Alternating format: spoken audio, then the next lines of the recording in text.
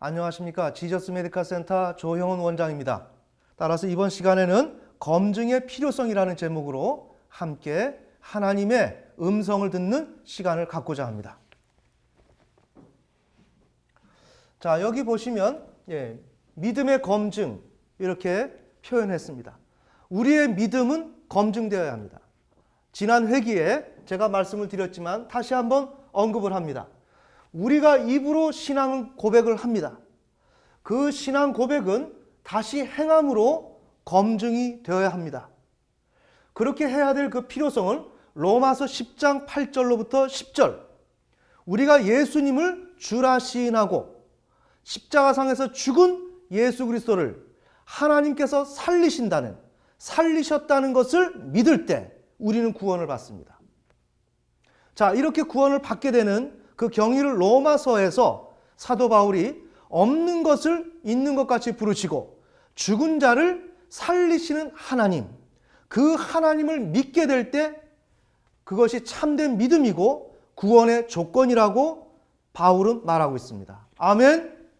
네. 자, 그렇게 될 때 우리는 그러한 신앙 고백을 통해서 구원을 받게 되는데, 이 내용이 창세기 15장 6절에서 하나님께서 아브라함에게 의롭다라고 칭해 주십니다.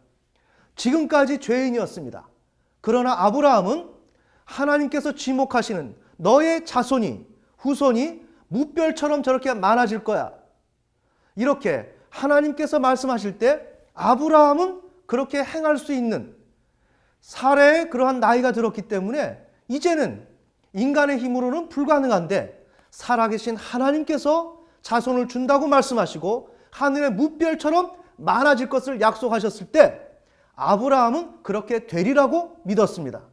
그래서 그렇게 믿었던 것은 없는 것을 있는 것 같이 부르시는 하나님, 죽은 자를 살리시는 하나님을 믿었기 때문에 하나님께서는 아브라함을 그 믿음을 보시고 의롭다라고 칭해 주셨습니다. 자, 이렇게 칭해서 나중에 행함으로 창세기 22장에서 이삭을 드리는 그러한 일을 통해서 이 믿음이 검증받게 되죠.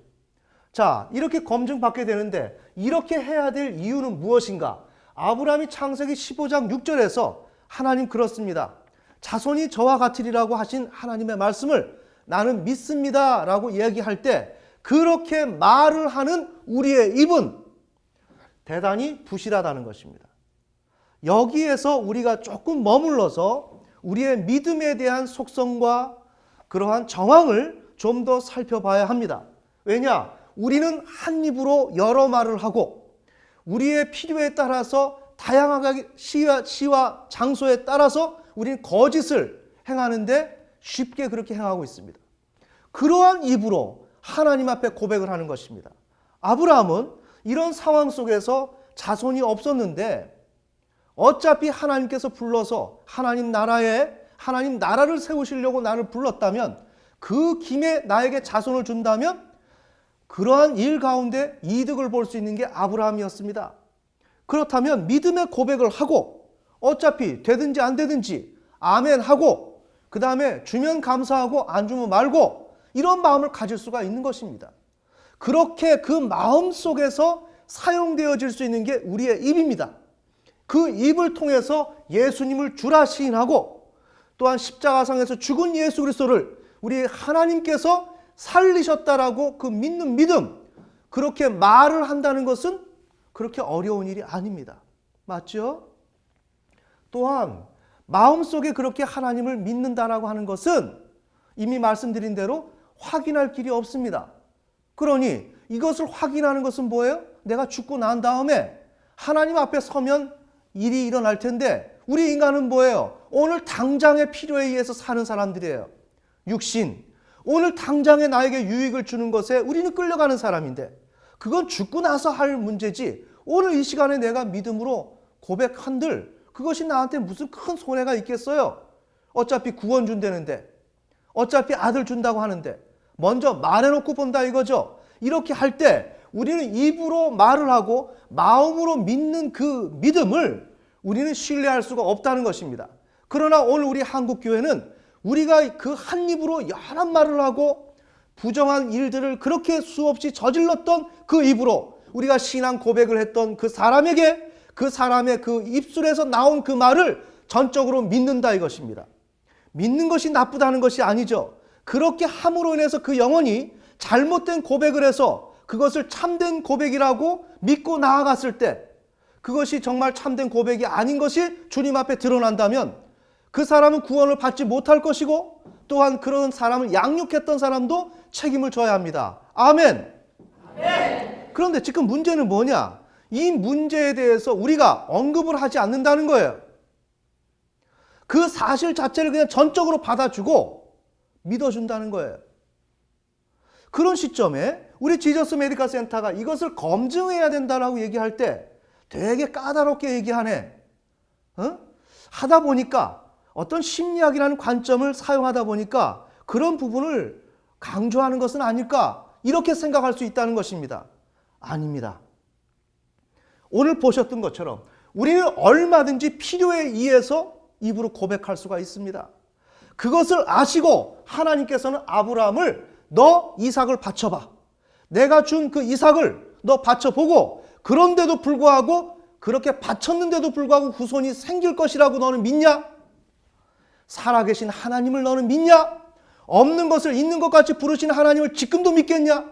이삭을 바치고 나서도 너는 믿겠냐? 하나님께서는 그런 관점 속에서 이런 검증의 작업을 했다는 내용입니다. 아멘. 네. 자, 그렇다면 이 문제가 얼마나 중요한가?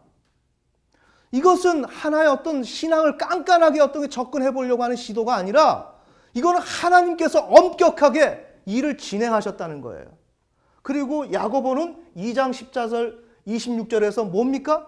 그러한 칭의, 창세기 15장 6절에서 하나님께서 선포하신 그 칭의가 비로소 아브라함이 이삭을 바치고 나서 그 칭의가 성취되었다라고 말을 하는 거예요. 저는 오늘 이 내용을 다루는 데 있어서 매우 마음이 참 많이 아픕니다.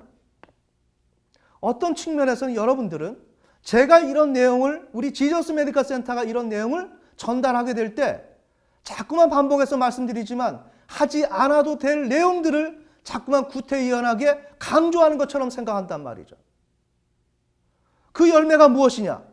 우리의 삶 속에서 이러한 내용을 들어도 각성을 하지 않는다 이거예요. 왜? 이러한 내용을 들어서 제대로 들은 사람은 각성을 해야죠. 큰일 났구나.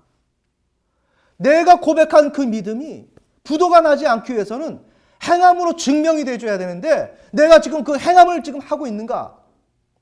내게 가장 중요한 독자 이삭을 내가 지금 하나님께서 바치라고 하는데 내가 지금 회피하는 것은 아닌가? 이 문제를 다루어야 되는 거예요. 그런데 우리는 어때요? 너무 여유가 있어요. 너무 여유가 있어요. 이건 뭘까요? 그러고 사람을 전도하는 일에 거기에 온전히 몰두가 되어 있는 거예요. 사람이 전도가 되어서 그 사람이 고백하는 것에 중점을 두고 있다는 거예요. 왜 그 나머지 일을 신경 쓰지 않습니까?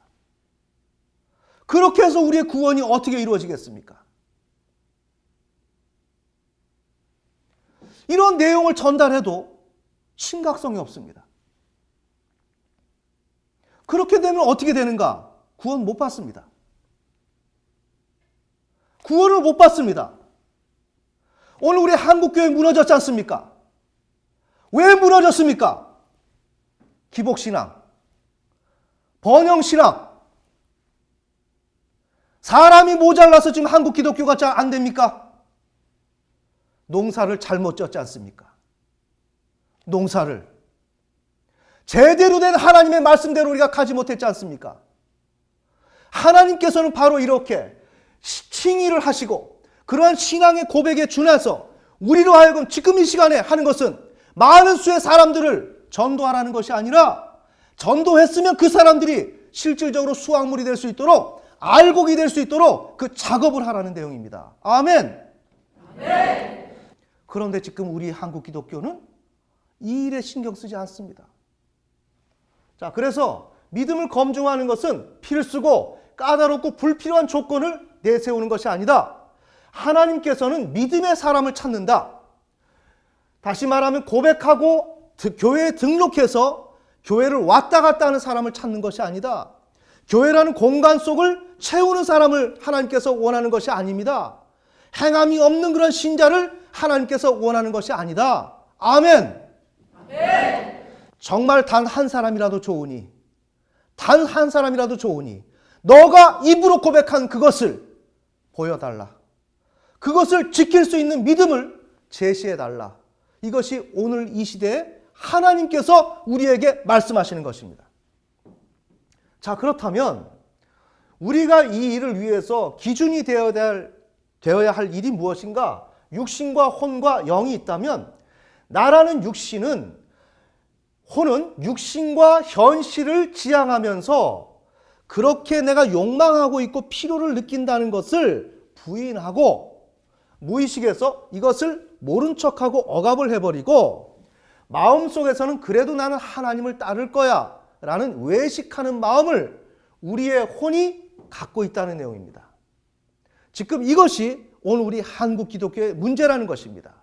이렇게 갖고 있는 사람이 나는 예수님을 주라 시인하고 하나님께서는 예수 그리스도가 죽었는데 그 예수를 살리셨다라는 믿음의 고백을 한다는 것입니다. 누가 이러한 마음을 두고 있는 우리가? 자, 여기서 그 사람의 고백이 효력이 있을까요? 그 사람의 고백은 아무 쓸모가 없습니다. 이러한 상태 속에서 아무리 예수님을 주라 시인해도 그건 아무 쓸데가 없습니다. 그걸 1000번, 10,000번 교회에 아무리 충성해도 그건 소용이 없습니다. 맞지 않습니까? 주님은 지금 무엇을 보십니까? 마음의 동기. 정말 너는 나를 믿느냐 하는 것을 지금 하나님은 찾고 계십니다. 그런데 왜 우리는 입으로 고백한 그것이 사실인 것처럼 우리는 그것을 검증할 수 없다 할지라도 이러한 위험지수가 있다는 것을 각성하고 알고서 그걸 다루어 나가야 할 텐데 왜 안 다루느냐 이거예요. 그런데 하나님께서는 그것이 문제가 된다고 생각을 해서 이렇게 다룬다 이거예요. 그래서 이삭을 바치라고 얘기한다고요.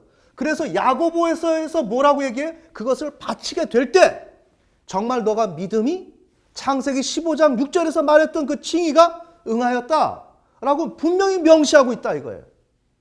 자, 그렇게 명시하고 있는데 왜 우리는 그렇게 신경을 쓰지 않는가? 너무나도 허점이 눈에 드러나는데 그러고 지금 무의식에서는 우리는 어떻게 하고 있어요? 현실을 지향하고 있잖아요.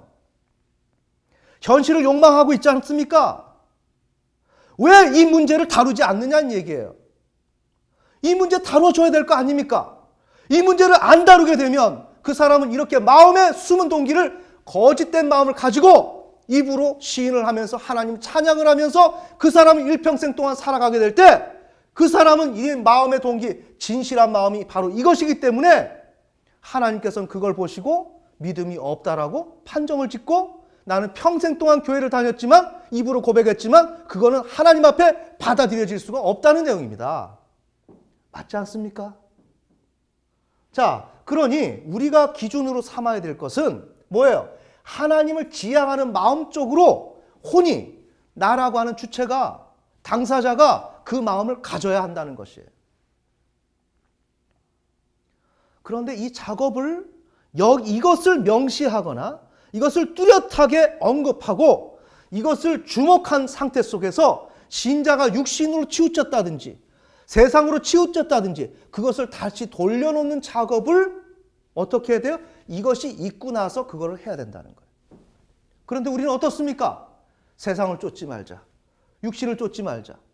뭐예요? 내가 이 마음을 갖고 있는 것을 먼저 확인하고 이 마음을 가질 수 있다는 것을 먼저 언급하고 그것이 문제가 될 수 있다는 것을 알고 그것 때문에 구원받지 못할 수 있다는 것을 알고 그러고 나서 육신을 쫓으면 그 육신을 쫓은 것을 다시 회복시키고 하나님을 향할 수 있도록 만드는 작업이 그 다음에 일어나야 될 거 아닙니까? 아멘! 네. 분명히 잘못됐습니다.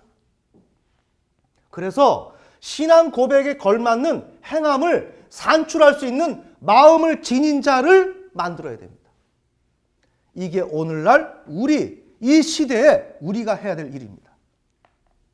이것을 게을리했을 때는 우리는 하나님 앞에 큰 심판을 받게 됩니다. 영혼을 맡겨줬는데,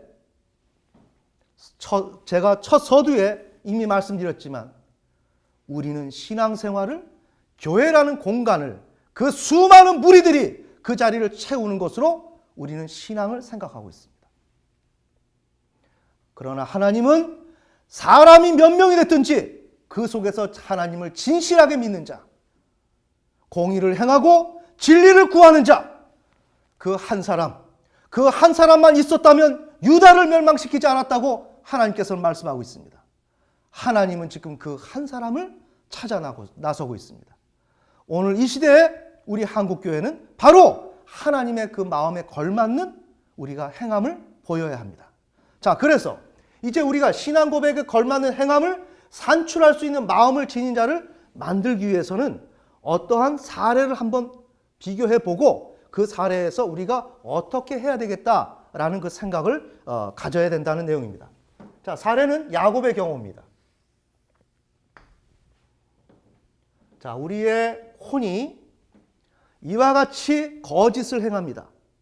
그런데 이제 우리는 그렇게 행함을 산출할 수 있는 마음을 지닌 자로 만들기 위해서 정교하게 신자의 마음을 살펴야 됩니다. 자, 야곱의 예를 듭시다. 야곱은 하나님을 향한 열심이 누구보다 특출했습니다. 그래서 장자권을 획득하려고 했고 그 열심을 지녔어요. 그러나 에서는 그것을 가치 없이 여겼습니다.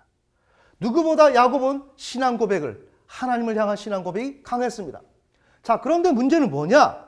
오늘 우리 한국교회에서 지금 오늘 현재의 문제는 교회라는 공간 속에서 어떤 스터디 그룹이나 설교나 훈련이나 이런 것이 좋지만 그거 이전에 오늘 우리의 문제는 가족 간의 문제에서부터 발생되고 있다는 것을 제가 말씀드리는 거예요. 여기에서 잡지 못하면 아무리 교회에서 어떤 그 커리큘럼으로 잡으려고 해도 잡을 수가 없다. 자, 첫째, 이삭과 리브가와 야곱이 있습니다. 자, 리브가가 야곱을 사랑했습니다. 성경에 보면 리브가는 야곱을 사랑했다고 했는데 이것을 품에 안고 있었습니다. 야곱을. 이렇게 될 때 양육에 있어서 엄마가 품에 안게 되면 꼭 그 아이를 품에 안았다는 게 아니라 마음속에서 누구보다 좀 귀하게 생각하는 거, 왠지 모르게 관심이 가고 손이 더 가는 거, 굉장히 중요한 문제입니다. 여기에서부터 신자가 떨어져 나가는 거예요. 왜요? 스킨십이죠. 자, 내 마음속에서 아이에 대한 특별한 염려, 이게 스킨십이에요. 이게 엄마가 아이를 품에 안는 것입니다. 이렇게 될 때 굉장히 중요한 문제가 발생되는데, 이렇게 될 때 아이의 입장은 여러 가지 우리가 지금까지 얘기했던 다양한 감정과 문제가 유발되고, 특별히 아이들에게는 성적인 욕망들이 그 사이에 발생되고 있습니다. 왜? 인간이기 때문에. 그런데 엄마의 그 돌봄 자체가 이것이 하나의 애정의 표현으로 아이에게 작용이 됩니다. 즉, 엄마는 아이가 사랑스러워서 돌보지만 그 행위 자체가 하나의 애정, 남과 여, 그 남자와 여자가 나누게 되는 그 애정, 그 행위가 엄마의 돌봄 가운데서 더불어서 함께 공급된다는 것입니다. 보세요. 그렇기 때문에 모르는 사이에 성충동이 발생됩니다. 그 결과 성의 노예가 될 수밖에 없습니다. 자, 성의 노예가 됩니다. 그래서 이렇게 된 결과 이런 엄마의 품 속에 있던 야곱은 엄마의 품에 있었기 때문에, 엄마의 양육, 스킨십에 달려 있었기 때문에 야곱은 스스로 개인 주체가 문제를 해결할 능력이 부족했다는 내용입니다. 그런데 그러다 보니 어떻게 됩니까?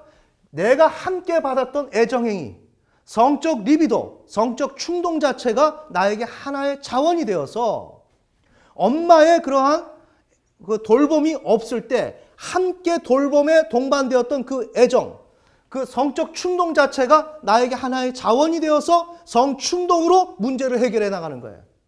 바로 그래서 야곱의 역사에는 뭐예요? 여자가 많아요. 다양한 여자를 통하여 아이를 낳는 것입니다. 뭐예요? 이성의 그 대상이 많이 생기는 거예요. 이건 아이를 낳아야 되겠다라는 그런 어떤 차원이 아니라 여자를 많이 찾았다는 것입니다. 자, 이렇게 될 때 이러한 야곱이 이러한 연약한 실존을 가지고 있었는데 야곱은 팥죽으로 장자의 명분과 아버지에게 장자의 축복을 받습니다. 가로챕니다. 지금 연약한 실존입니다. 이렇게 가로챘을 때 형 에서가 죽인다고 이제 그 대가를 지불하는 사회적인 법이 여기에 제시되고 있는 거예요. 이때 야곱은 도주합니다. 잘 보세요. 도주하는데 이것은 신앙의 이탈이에요. 상태는 뭐예요? 매우 두렵고 절망스럽고 죄책감이 일어납니다. 왜? 거세 수용의 실패입니다. 잘 들어야 됩니다. 우리가 이렇게 엄마의 돌봄을 받고 연약한 실존이 되었을 때 우리는 이런 가운데서 사회의 어떤 금지된 그 법을 어기는 경우가 허다한데 이런 허다한 이 경우에 우리는 이것을 능동적으로 주체적으로 문제를 잘 풀어가야 합니다. 하고 내가 잘못했다면 그것을 정면에 대응하고 그 문제를 내가 잘못했으면 잘못을 시인하고 문제를 풀어가고 사회적인 법을 받아들여야 합니다. 그러나 나라고 하는 인간 주체가 너무나도 허약한 기반에 있게 되면 이 사회가 금지로 내세우고 처벌하는 그 법 앞에 내가 당당하게 맞설 수가 없습니다. 거기에서 이 법 앞에서 내가 물러나고 이것을 두려워하면서 혼자서 그 문제를 씨름한다는 거예요. 즉 뭘까요? 야곱은 이렇게 하면서 신앙의 이탈을 한 것이죠. 도주했으니까요. 저는 이것을 얘기하는 거예요. 오늘 우리의 신앙의 실패 지점은 무엇인가? 겉으로 다양하게 얘기할 필요가 없이 우리는 엄마의 사랑을 잘못 받아서 연약한 실존이 되었는데 연약한 사람으로서 사회적인 금지와 정당한 사회적인 제재 이것을 받아서 소화해낼 수 있는 능력이 없다. 그 결과 우리는 도주한다. 즉 신앙의 이탈을 한다. 내가 있어야 될 자리를 잊지 못한다. 내가 처음에는 어떻게 했어요? 하나님을 향한 신앙에 열심히 있었죠. 그러나 그 자리로부터 나는 이탈할 수밖에 없다. 이렇게 될 때 나는 어떻게 돼요? 하나님께 마음을 기울일 수 있는 여지가 없다. 왜요? 나는 이 문제가 너무나 중요하기 때문에 이 혼이 하나님을 향해서 마음을 신경 쓰고 하나님께 순종해야지 하는 그 마음을 갖지 못한다는 거예요. 뭘까요? 우리의 신앙의 그러한 좌소, 우리가 신앙함에 있어서 참된 믿음을 소유하기 위해서는 이 혼이 하나님을 향한 마음을 가져야 되는데 진실한 마음을 가져야 되는데 내가 이런 과정 속에서 내가 신앙의 이탈을 하고 두려움과 갈등과 고민 속에 이렇게 처해져 있을 때는 어느 누구도 하나님을 향해서 올바른 믿음 생활을 할 수가 없다. 아멘. 네. 자, 이렇게 될 때 하나님께서는 창세기 32장 27절 야곱에게 너는 누구냐? 실존을 묻습니다. 저는 야곱입니다. 저는 속이는 자입니다. 그렇게 야곱의 실존을 자각하게 한 다음 어디죠? 이렇게 연약해진 그런 야곱의 실존을 자각해주고 32장 26절 거세를 직면시킵니다. 정말 너 두렵지? 그런 야곱은 어떻게 합니까? 나에게 축복해주지 아니하면 가게 할 수가 없습니다. 이제 전적으로 에서가 나에게 법으로 처벌하려고 다가오는 이 시점에 그전엔 연약해서 이 문제를 대면하지 못했고 따라서 신앙을 온전히 가질 수 없었던 그 야곱을 향해서 하나님께서 지금 이 거세를 직면케 하고 너가 할 수 있겠느냐 하는 그런 현장을 주시면서 거기서 야곱은 어떻게 해요? 자기가 할 수 없다는 것을 알게 되고 회개하면서 하나님의 도우심을 바라고 그 도우심을 통하여 문제를 해결해 나가는 야곱으로 만든다 이거예요. 아멘. 네. 그 결과 야곱은 어떻게 돼요? 이제서야 혼이 하나님을 향해서 믿음을 가질 수 있는 사람으로 간다 이거예요. 무슨 얘기를 할까요? 하나님은 지금 성경에서도 그렇지만 우리가 마음을 하나님에게 전적으로 믿음의 사람으로서 행위를 동반할 수 있는 그 마음을 지니시기를 원하신다는 거예요. 그런데 우리는 어떻게 했습니까? 이렇게 하나님은 성경에서 야곱의 마음을 온전히 믿음의 사람의 마음으로 전환시키는 이 작업을 하고 있건만 오늘 우리는 어떻게 해요? 신앙 고백을 하고 나서 그것이 모두 전부이냐? 그것이 전체이냐? 더 이상 의심하지 아니하고 지금 맡겨진 그 영혼들이 하나님이 그 영혼들을 향해서 검증하고 있는데 그 검증의 그 칼날을 전혀 신경 쓰지 못하고 그냥 사람들을 많이 모아놓고 그들 가운데서 위로 주고 비전을 주고 소망을 주며 그것이 우리가 해야 될 일이라고 우리들은 생각한다는 거예요. 아멘. 자, 오늘 제가 여러분들한테 말씀드린 내용, 여러분은 어떻게 생각하시는지 잘 모르겠습니다. 우리는 영혼 구원, 우리가 해야 될 일들은 영혼 구원인데 그것은 신앙 고백을 하는 무리를 늘리는 것도 아니고 큰 교회를 만드는 것도 아니고 사람이 많이 모이는 것을 만드는 것이 아닙니다. 우리는 하나님께서 원하시는 그 일들을 우리가 수행하는 것이며 하나님의 뜻을 우리는 받드는 것입니다. 그러기 위해서는 우리는 어떻게 해야 돼요? 우리의 마음의 중심에 각 사람들마다 세상의 마음을 두고 있는지, 그러고 하나님에게 양다리 걸치고 하는 척하고 있는지, 이런 것을 면밀히 살펴보고 그 사람들이 이렇게 야곱처럼 부모의 잘못된 양육 가운데 정말 하나님을 제대로 섬기지 못하고 있다면 이 사람들을 바로 잡아서 하나님을 진실하게 믿는 사람으로 만드는 그 작업을 우리 한국 기독교가 해야 됩니다. 아멘. 아멘. 오늘 전달한 내용이 여러분들한테 잘 적용되어서 한 사람 한 사람마다 모두 신앙에 실패하지 않고 모두 천국 백성이 될 수 있기를 예수님의 이름으로 축원합니다.